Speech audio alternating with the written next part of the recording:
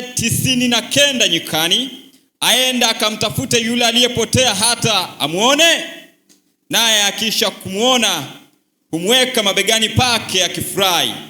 Na afikapo nyumbani kwake huwaita rafiki zake na jirani zake, akawaambia, furahini pamoja nami, kwa kuwa nimekwisha kumpata kondoo wangu aliyefanya nini?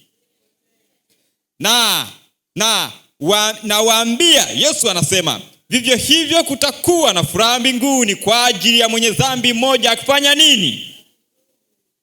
Yesu aliposikia mjadala wa Mafarisayo na waandishi ya kwamba unahusu habari za kwa nini anakaa na wenye dhambi, kwa nini anakaa na watoza ushuru, kwa nini hawa ndio marafiki, kwa nini hawa ndio watu wa karibu naye, Yesu akahitaji kuwafundisha upendo wa Baba, ya kwamba si mwanadamu mwenye dhambi anayekuwa wa kwanza kumtafuta Mungu, ila Mungu ndio wa kwanza kumtafuta mdhambi. Akawaambia, sikilizeni mfano huu. Ni nani kwenu? Na wakati Yesu amekaa mahali hapa alipokuwa anafundisha, ilikuwa tu ni upande wa pili. Kuna mahali pa malisho ya kondoo, mahali pa malisho ya ng'ombe, na mahali kule ambako walikuwa wakitazama ndiko pia wachungaji walikuwa na kondoo wao wakiendelea na shughuli zao, na Yesu anawaletea kielelezo ambacho walikuwa nacho. Hata Mafarisayo hawa ambao Yesu alikuwa anazungumza hizi habari walikuwa ni wafugaji pia. Kwa hiyo walikuwa wanafahamu hizi habari ambazo Yesu anazileta. Anawaambia, ni nani kati yenu ambaye akipotewa na kondoo mmoja kati ya wale 100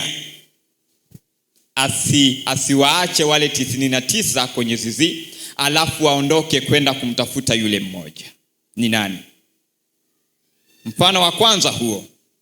Na huu unaleta nini kwenye maisha ya kwetu? Unaleta nini? Yesu alikuwa anahitaji kufundisha somo hili, ya kwamba sisi sote, Zaburi ile ya 119 fungu la 176 inasema, sisi sote ni kama kondoo tuliofanya nini?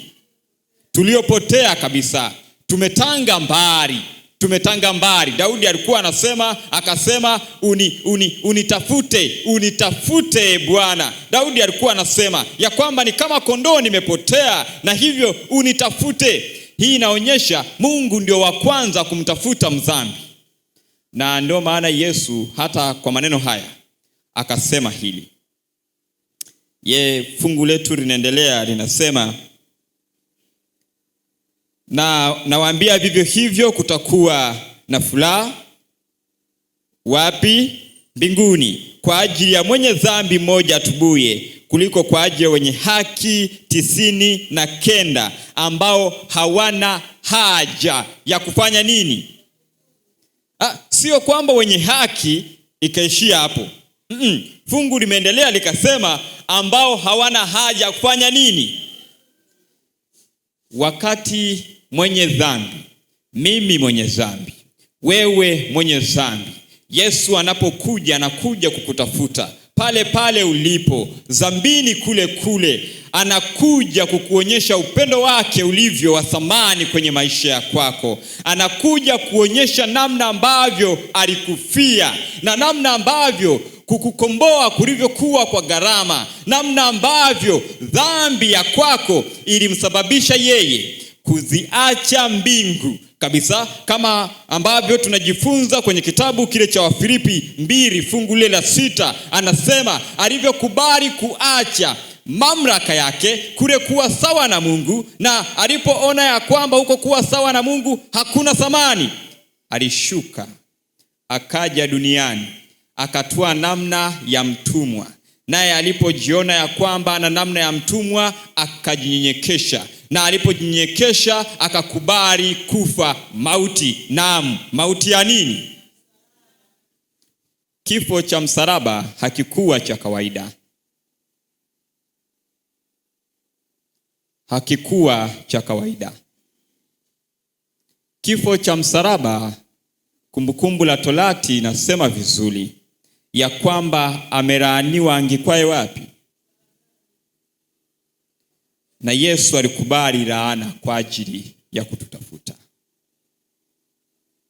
Akabeba laana zetu ili sisi tupokee haki yake. Lakini hii haitoshi. Unajua alama za Yesu hazitaondoka milele zote. Kwa nini? Fungu hili linatuambia alikubali utumwa. Na hii ilikuwa ndiyo kaida iliyokuwepo katika tamaduni hizi, ya kwamba katika hizo nyakati mtumwa ambaye alikuwa anajitorea kubaki kuwa mtumwa kiuhalisia, ya kwamba sasa umefika ule mwaka wa 7 wa kuachilia watumwa, ya kwamba sasa hawa na warudi wapi? Majumbani kwao. Lakini ikatokea yule mtumwa mmojawapo akasema, kwa kweli mimi bwana wangu nitaishi nawe milele zote. Akisema maneno hayo, yule mtumwa bwana wake alichokuwa anakifanya ni kuchemsha chuma cha moto kabisa. Kikiisha shika moto vizuri, alikuwa anakuja anaunguza sikio lake upande wa chini. Na ile alama ya sikio hapa, sikio sababu linateketea likiondoka, kilichokuwa kinafanyika ni hiki: wakati mtumwa huyu hata kama angefanya kazi ya kuchosha kiasi gani, atakapokumbuka ya kwamba inapaswa niondoke mahali hapa, akishika sikio lake alikumbuka, nimeweka agano ya kwamba sitaondoka, nitakuwa mtumwa hata mauti. Hiki ndicho Yesu alichagua. Ndio maana alama zake hazitaondoka, zitabaki kuwa vile vile milele zote, maana alichagua kwa hiari ya kwamba nitakwenda kuwa mtumwa ili wawe huru. Lakini sikia, kisa kingine ni hiki. Fungu la 8 anasema, au kuna mwanamke gani mwenye shilingi 10 akipotewa na moja, asiyewasha taa na kufagia nyumba na kutafuta kwa bidii hata aione? Na kisha kuiona huwaita rafiki zake na jirani zake, akawaambia, furahini pamoja nami kwa kuwa nimeipata tena shilingi ile iliyopotea. Fungu la 10 anasema, nami nawaambia, vivyo hivyo kuna furaha mbele ya malaika wa Mungu kwa ajili ya mwenye dhambi mmoja akifanya nini? Mfano wa kwanza ulikuwa ni wa kondoo. Kondoo ana akili, anaelewa ya kwamba sasa hapa nilipo nimepotea, ila sasa anarudije? Hawezi. Anamsubiri mchungaji atakaye kwenda kumtafuta. Na ndipo mchungaji huyu waacha kondoo wale 99, akarudi kule nyikani kwenda kumtafuta. Na anapomuona kondoo huyu, si ya kwamba anamkaripia, ila bali ufurahi. Na sio tu kwamba umuongoza, pita hapa tuende, ila bali humbeba. Na kwa furaha humbeba kumrudisha wapi? Zizini. Lakini hapa mwanamke huyu na shilingi haielewi chochote. Haielewi kabisa chochote, ila tu ni kwamba katika mfuko wake huyu mama alipokuwa ametunza akiba yake, shilingi imefanya nini? Imedondoka. Na kwa nini Yesu alileta kisa hiki? Wakati ule wakina mama walipokuwa wakiolewa, walikuwa wanapewa fedha ambayo ilikuwa ni sehemu ya zawadi kutoka nyumbani kwao, na waliitunza kwa thamani, kwa sababu ndiyo kutoka hapo kwenye hicho kimkoba chake cha hizo fedha, wakati pia binti yake ambapo angeolewa angetoa mahari hapo kumpatia. Na aliona ni ya thamani, maana kama ingepotea huenda kwenye maisha ya kwake asingeonyesha umuhimu wa kuwa mama. Na sasa shilingi ile ilipopotea, maisha ya watu wa kawaida yalikuwa ni chumba ambacho kina dirisha tu dogo na vitu vyote viko mle ndani, Na hivyo sasa kule kuanguka kwa shilingi mle ndani, maana yake mambo yalikuwa hayajapangika vizuri, maana vitu viko mle ndani havijapangiliwa, kuna vumbi. Na mama huyu wakati shilingi imedondoka, alichokifanya nini? Kwa sababu nyumba ni ndogo na dirisha pia ni dogo, aliwasha taa ili iangaze nuru ndani. Na alipowasha taa, alifanya kufagia, kutengeneza usafi wa mambo mle ndani, na mpaka alivyotafuta kwa bidii akaipata shilingi yake. Sikia, hii inatuonyesha nini? Ya kwamba huyu ni mtu ambaye hajui kabisa habari za upendo wa Yesu. Huyu sio kondoo. Kondoo alikuwa zizini. Kondoo huenda ni mshiriki, ni ndani ya kanisa, lakini alipokuwa ndani ya kanisa, wakati fulani ametoka nje ya kanisa. Na kwa sababu ametoka nje ya kanisa, mimi na wewe tulio wazizi, wachungaji, tunapaswa kwenda kumfikia, tumrejeze tena, maana yeye ni wa thamani ndani ya zizi. Lakini kwenye shilingi, huyu hajui kabisa, maana hajui chochote, hajui kabisa. Shilingi hii haijui chochote, lakini ni ya thamani. Mama huyu alikwenda kuitafuta. Hawa ni wale marafiki zetu ambao si wa kwetu pia. Kule waliko hawajui, wamepotea hawajui, hawajapotea hawajui, lakini wanatusubiri sisi. Kama yule mama alivyowasha taa, ibebe Biblia yako. Zaburi inasema neno lako ni taa ya nini? Ibebe Biblia yako, nenda kaangaze kwenye maisha yake, ili kusudi aione taa, aione, alafu mtafute kwenye giza, umlete nuruni. Bwana ni mwema. Bado haitoshi. Fundisho hili linatuambia tuna watoto nyumbani, tuna watu tunakaa nao. Huenda wakati fulani wakapotea kwenye safari. Wanavyopotea kwenye safari, moja, washa taa ndani ya nyumba. Biblia iwe ni sehemu ya kujifunza. Lakini sio hivyo. Mama huyu alifagia nyumba, aliondoa uchafu ili apate shilingi. Nini sababu iliyosababisha shilingi haionekani ndani? Wakati unapowasha taa, safisha mambo ya nyumbani mwako. Chunguza vizuri mambo ya ndani. Huenda kuna mahali ndipo pamesababisha mtoto huyo akengeuke. Anatazama nini? Wewe mwenyewe hivi unamuongoza wapi? Wakati fulani tunasema mbona kama vijana, na wakati tunajifunza kwenye kozi zetu za SYL, tunasema mbona vijana wakifika kwenye umri wa miaka 21, 20 mpaka na 9 wanaliacha kanisa kwa kasi kubwa. Shida ni nini? Shida haipo kanisani. Shida inaanzia nyumbani. Kule nyumbani kuna vitu ambavyo wazazi wamekuwa wakifanya, watoto pia wanatazama na wamekuwa ni sehemu ya kwao. Na wanavyokuja kanisani wanasikia mbona kama kuna utofauti, huku nyumbani kingine na huku kanisani. Wanashindwa kujua twende wapi. Wanaona hata hapa pia inaonekana tu ni dini kama biashara, hakuna Mungu. Washa taa nyumbani.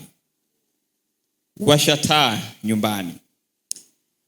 Wale washiriki wenzetu ambao wamerudi nyuma ni wa thamani na Mungu anawahitaji. Wale majirani zetu wasiomfahamu Yesu ni wa thamani na Mungu anawahitaji. Ni mimi na wewe. Yesu ametukabidhi. Alisema kabisa ya kwamba Baba wa mbinguni, wakati Yesu anasema maneno yale katika Yohana ile 17, anasema ninawatuma hawa nao wapi? Ulimwenguni. Hawa nao ninawatuma ulimwenguni. Kama ulivyonituma mimi, hawa nao ninawatuma ulimwenguni. Kwa ajili ya nini?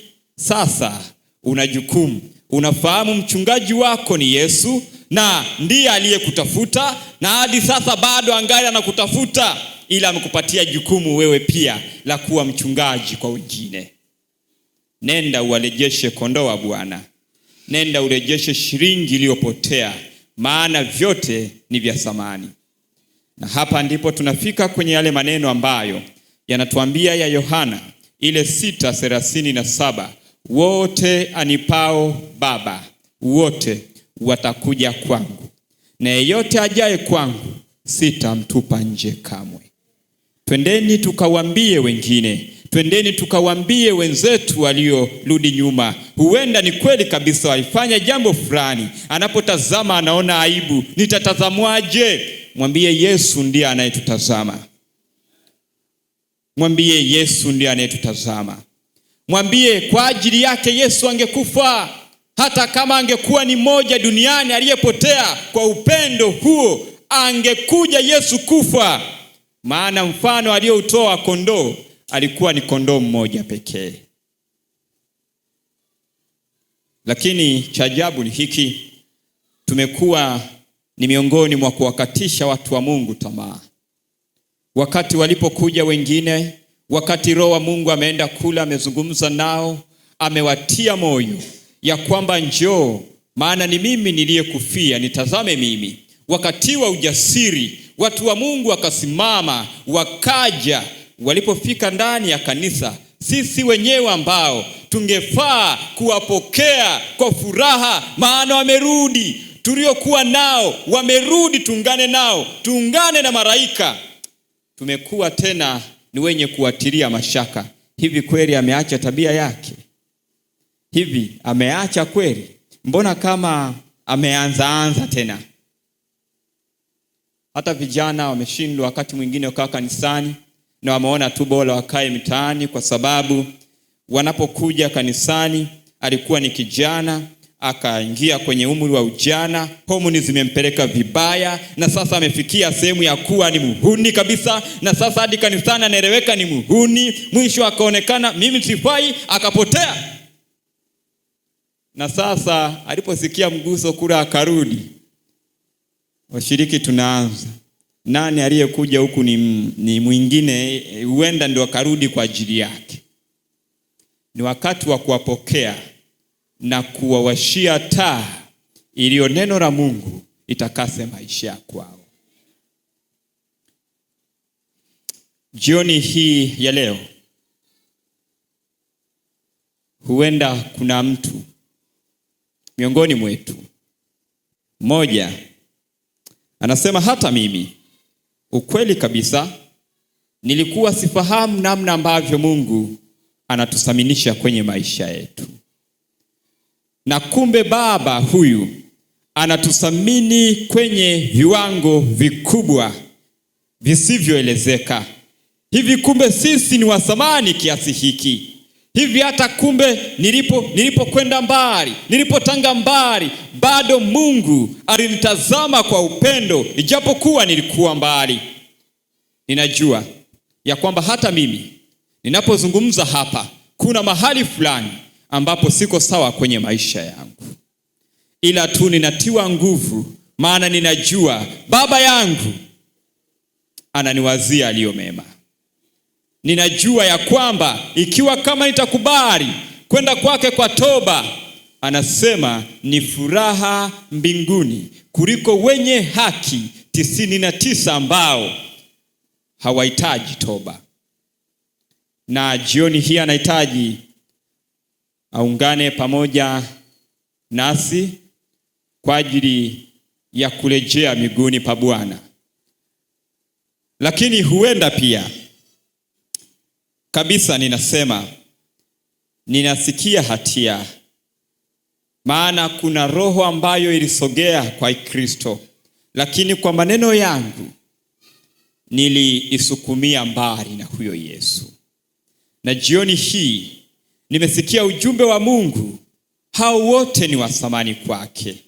Nami nahitaji Baba yangu anisamehe kwa dhambi hiyo.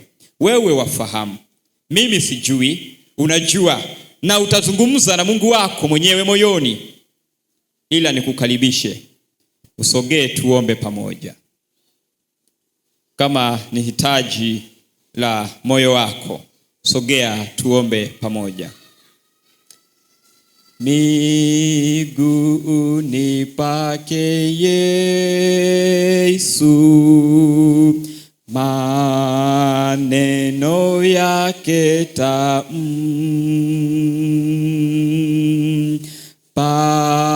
pahali palipo heri, niwepo kila siku.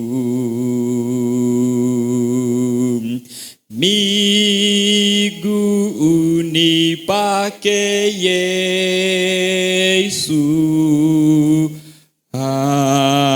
akumbuka upendo na hisani vyake kwangu,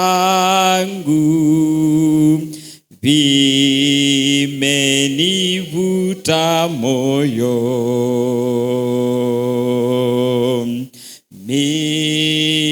Miguuni pake Yesu, hapa pahali bora pa kuweka dhambi zangu,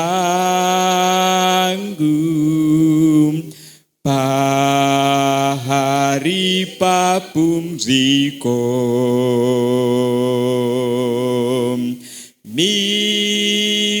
Miguuni pake Yesu, hapa nafanya sala,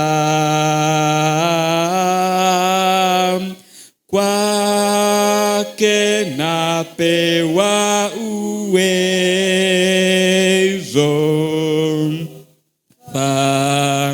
faraja na neema.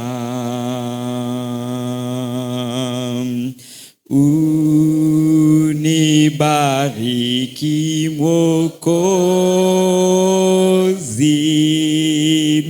ni miguuni pako.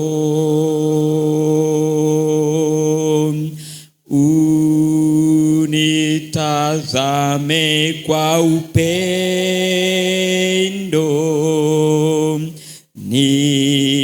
nione uso wako.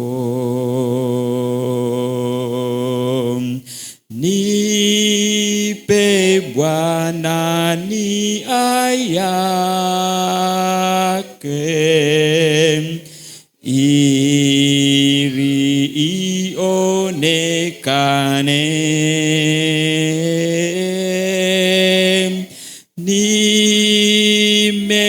Nimekaa na Mwokozi,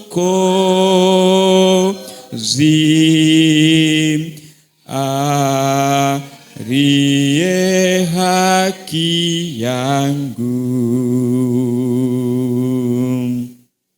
Yapo maneno ya faraja kwenye kitabu cha Ezekieli sura ya 34 fungu la 11 yanayosema, maana Bwana Mungu asema hivi, tazama mimi mwenyewe, naam mimi nitawatafuta kondoo zangu na kuwaulizia. Bwana ni mwema. Hata sisi ni kondoo wa Bwana, ambao tunafahamu kabisa ni kweli pengine tulipotea katika njia ambayo tunapaswa kuiendea. Jioni hii ya leo tunapokwenda kwenye magoti, mwambie Mungu mahali ambapo unafahamu, na Roho Mtakatifu atakapokukumbusha kwamba hapa ulitoka kwenye njia, maana amekuja kututafuta. Tutapiga magoti kuomba. Tutaomba kimya kimya, kila mtu ataomba kwa muda wa dakika 2, na mara kisha baada ya dakika hizo tamalizia kwa ombi, na baada ya hapo tutafanya ambacho kitakuwepo. Karibuni kwa maombi.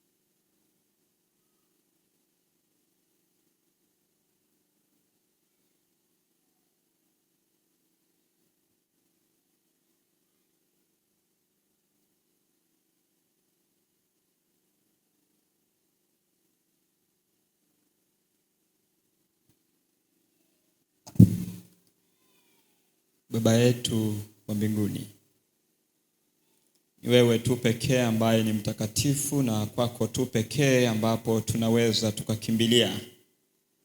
Miguuni tu pako pekee ambapo tukija uko tayari kutupokea. Nasi jioni hii ya leo kila mmoja wetu amesema nawe. Mungu wa mbinguni, ahadi zako ni kweli. Ulisema aungamaye dhambi zake na kuziacha atapata rehema. Lakini haukuishia hapo tu. Ulisema kabisa ya kwamba wewe ni mwaminifu na wa haki na wa kweli. Na ikiwa kama tukija kwako tukaungama dhambi zetu, uko tayari kutusafisha na kutusamehe na kutuosha na uovu wote. Nasi jioni hii ya leo tumekuja, nasi tumesikia sauti yako kama mchungaji ambaye unatupenda. Tumekuja kwako tupokee jinsi tulivyo. Maneno yako na wito wako ulisema, njooni kwangu msumbukao na kulemewa na mizigo, nami nitawapumzisha.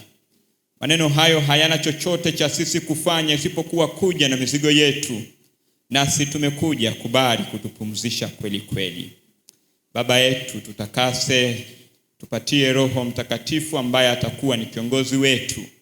Lakini si hivyo tu, Roho huyu Mtakatifu atuongoze kuwahesabu wengine ni wa thamani kama wewe unavyowahesabu.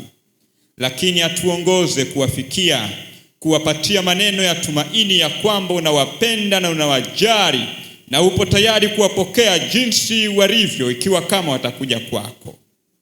Yesu wetu, tunayo imani ya kwamba yote ambayo tumekuomba, ambayo watakatifu wako wamekuomba, ambayo wataendelea kuyaomba baada ya hapa, yatapata kibali machoni pako. Maana mwenyewe ulisema ya kwamba lolote tuombalo kwa jina lako, Mungu atatutendea. Nasi tumeomba kwa jina la Yesu Kristo. Amina.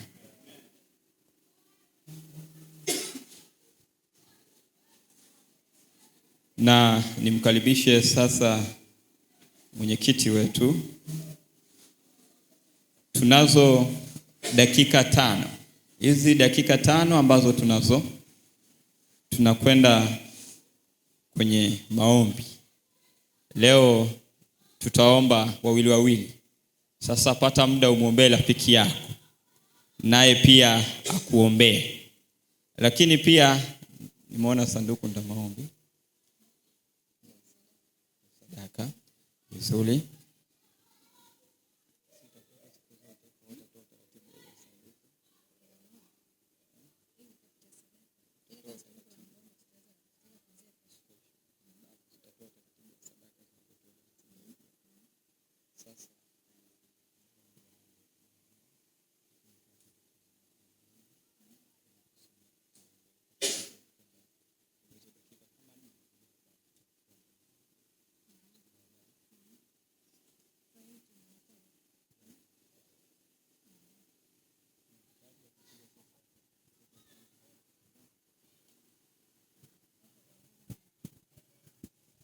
Bwana ni mwema wakati wote. Tutaenda kwenye maombi. Niwakaribishe tupendekeze mambo ya kuombea.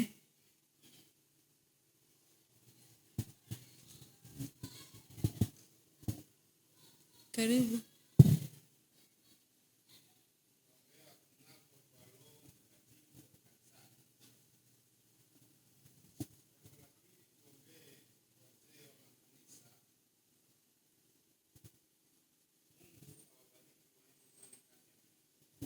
Amen. Karibu baba.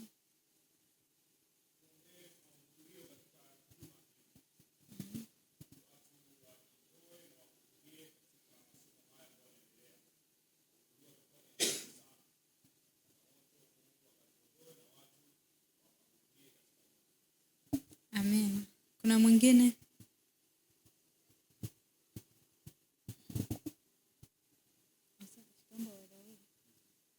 Basi tutapiga magoti wawili wawili. Tutaombea hayo mambo yaliyotajwa, kuombea Roho Mtakatifu, kuombea wazee wa kanisa na kuombea mahudhurio katika hili juma. Basi tugawanyike wawili wawili.